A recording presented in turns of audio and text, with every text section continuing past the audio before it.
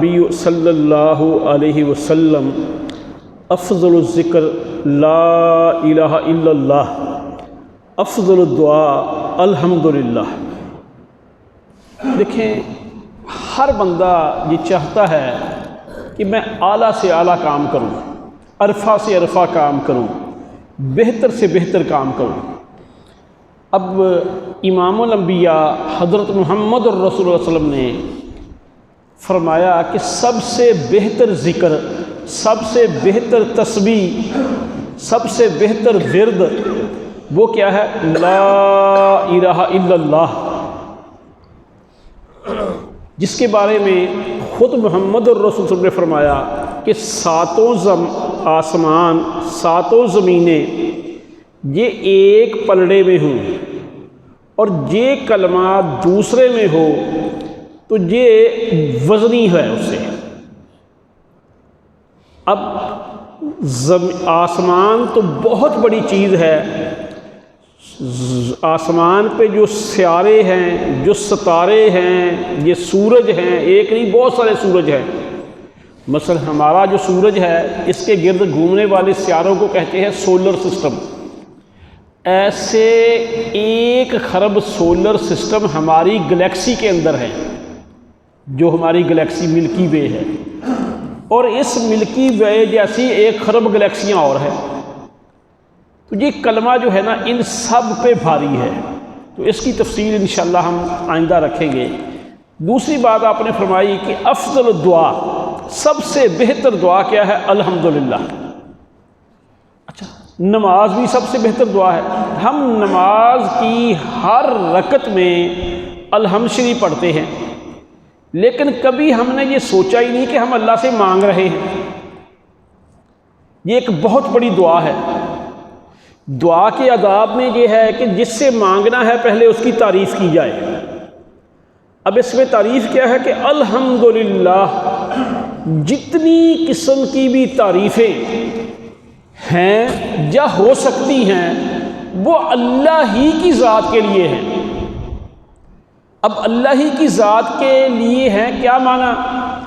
آپ نے ایک انسان دیکھا بڑا خوبصورت ہے، یا یوسف علیہ السلام کو کہتے ہیں کہ بہت حسین تھے، انہیں کس نے بنایا تھا؟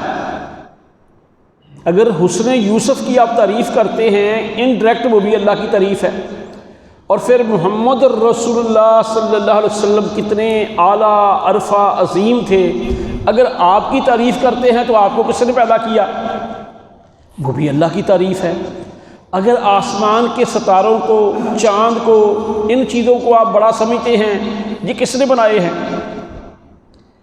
کسی بندے کو دیکھ کے جی فلاں بندہ بڑا ذہین ہے، بڑا نیک ہے، اچھا اس کو کس نے بنایا ہے ذہین؟ اگر چاہے اللہ ایک پلک جھپکنے سے پہلے اس کو برین ہیمریج ہو، اس کا ذہنی توازن کھو جائے۔ تو اس سے مطلب کیا ہے کہ ہم نماز میں کہتے ہیں کہ جتنی قسم کی بھی تعریفیں ہیں وہ اللہ کے لیے ہیں۔ اب پھر اللہ کیا ہے؟ اللہ رحمان ہے اور اللہ رحیم بھی ہے۔ رحمان یہ اللہ کی صفت ہے کہ اتنا طاقتور ہو کے نہ اس کو کسی کے احتجاج کا ڈر ہے، نہ اس کو کسی کی مخالفت کا ڈر ہے، اس کے باوجود زندگی کی ہر نعمت وہ اپنے مخالفوں کو بھی دیتا ہے۔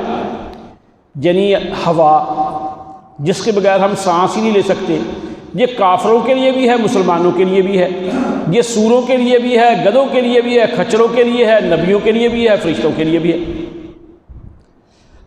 یہ اللہ کی رحمان صفت ہے کہ وہ دنیا میں ہر کسی کو اپنی نعمتیں دے رہا ہے۔ رحیم صفت یہ ہے کہ اللہ کو رحم قیامت والے دن صرف اہل ایمان پہ آئے گا۔ پھر آگے ہے مالک یوم الدین، کہ وہ قیامت کے دن کا بادشاہ ہے۔ آج کل یہ بائیڈن کی بڑی ویلیو ہے، روس کا جو صدر ہے اس کی بڑی ویلیو ہے، اس سے پہلے اسکندر اعظم کی بڑی ویلیو تھی، فرعون وہ اپنے آپ کو بہت بڑا سمجھتا تھا، نمرود بڑا سمجھتا تھا، شداد بہت بڑا سمجھتا تھا، حامان کے خزانوں کی چابیوں کے لیے بہت بڑی جماعت چاہیے تھی۔ لیکن قیامت کا دن ہوگا، حدیث اللہ تعالیٰ کہیں گے کہاں ہے دنیا کے بادشاہ؟ آج میں بادشاہ ہوں۔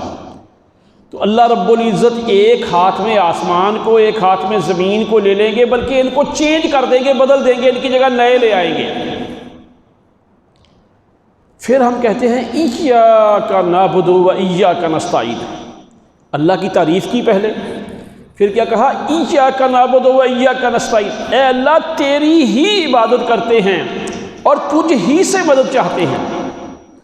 عام روٹین میں اہل علم کہتے ہیں کہ یہ ہونا چاہیے تھا کہ نعبد و ایاک، نعبد و ہم عبادت کرتے ہیں، ایاک تیری، یہ نہیں اللہ نے کہا۔ اللہ نے کیا کہا؟ ایاک نعبد، تیری ہی عبادت کرتے ہیں، یعنی تیرے سوا کسی اور کی نہیں کرتے، و ایاک نستعین، تجھ ہی سے مدد چاہتے ہیں۔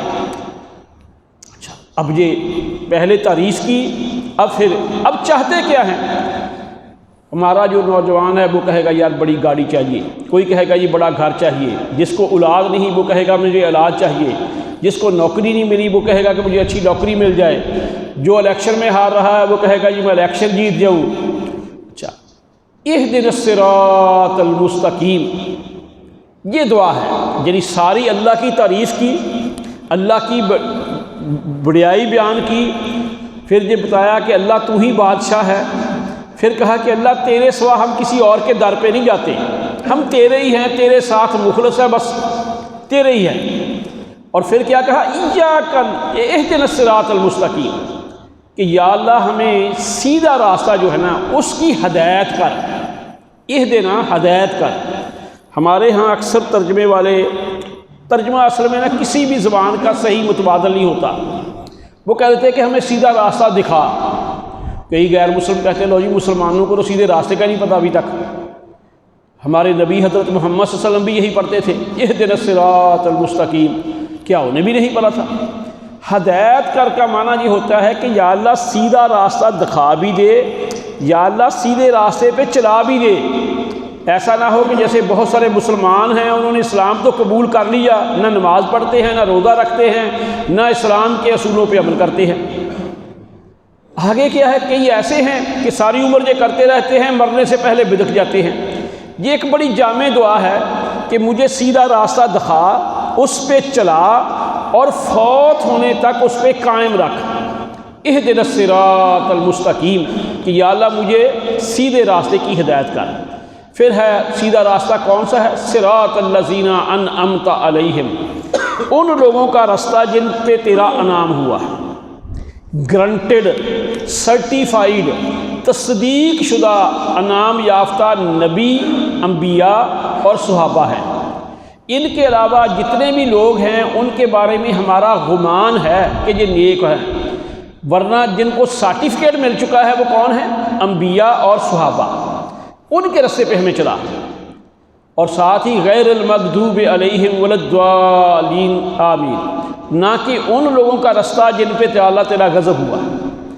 یہ ہے ایک دعا۔ اور پھر اللہ کو یہ دعا اتنی پسند آئی کہ ہم ہر نماز کی ہر رکعت میں، خواہ وہ نوافل ہوں، خواہ وہ سنتیں ہوں، خواہ وہ فرض ہوں، خواہ وہ وتر ہوں، ہر نماز کی ہر رکعت میں ہم یہ دعا مانگتے ہیں۔ لیکن سچی بات یہ ہے کہ میرا اور آپ کا معاملہ یہ ہے کہ ہم جیسے کہتے ہیں نا اٹیرنا، بس پھر پڑھ دینا، ہمیں یہ پتہ ہی نہیں کہ ہم اللہ سے کیا مانگ رہے ہیں، کس کے سامنے کھڑے ہیں۔ احادیث کے اندر آتا ہے کہ نماز میں سب سے پہلا یہ ہونا چاہیے کہ میں اللہ کو دیکھ رہا ہوں۔ پولیس کا ایک سپاہی ہو، اس کے سامنے اس کا آئی جی کھڑا ہو، جب وہ اس کے سامنے ہو کہ میرا آئی جی سامنے ہے تو اس کے کھڑے ہونے کا انداز، اس کا اسے بات کرنے کا انداز اور ہوگا۔ تو پہلے یہ تصور ہونا چاہیے کہ میں اللہ کو دیکھ رہا ہوں، میں اللہ کے سامنے کھڑا ہوں، تو پھر آپ کا دعا مانگنے کا انداز اور ہوگا۔ اگر یہ نہیں تو پھر آپ نے فرمایا کم از کم یہ ہو کہ اللہ مجھے دیکھ رہا ہے۔ ایسے ہی وہ سپاہی جس کو جب ایک فوج کا سپاہی جسے یہ پتا ہو کہ چیف آف آرمی اسٹاف جو ہے نا مجھے دیکھ رہا ہے، میں اس کی آنکھوں کے سامنے ہوں، تو کیا وہ کبھی ایسی حرکت کرے گا کہ جو آرمی کے ڈسپلن کے خلاف ہو؟ تو میرے بھائی جب اللہ مجھے اور آپ کو دیکھ رہا ہے تو پھر۔ اور آخری ایک حدیث میں اکثر بیان کرتا ہوں، صحیح بخاری کتاب و نکاح کے اندر روایت ہے کہ اللہ رب العزت بہت غیرت والے ہیں۔ اللہ کہتے ہیں کہ جب کوئی بندہ، مرد اور عورت، غلط کام کرتے ہیں تو اللہ کو بہت غصہ اور غیرت آتی ہے۔ اللہ کہتا ہے کہ اے بندے تو ہر کمینے سے کمینے آدمی سے چھپا ہے کہ یہ میں غلط حرکت کر رہا ہوں، فلانا دیکھ لے، فلانا دیکھ لے، فلانا دیکھ لے، کہیں اس کی غیرت نہ جاگ جائے، کہیں اس کی غیرت نہ جاگ جائے۔ معاذ اللہ، اللہ کہتا ہے میں بے غیرت ہوں کہ میری آنکھوں کے سامنے جو کام کر رہا ہے۔ تو میرے بھائی مجھے اور آپ کو یہ چاہیے کہ اللہ مجھے دیکھ رہا ہے نماز کے اندر۔ پہلی تو یہ ہے کہ میں اللہ کا دیکھ رہا ہوں، اگر یہ نہیں تو دوسرا تصور یہ ہونا چاہیے کہ اللہ مجھے دیکھ رہا ہے۔ اللہ سے دعا ہے کہ اللہ مجھے اور آپ کو عمل کی توفیق عطا فرمائے۔ وما علینا الا البلاغ المبین۔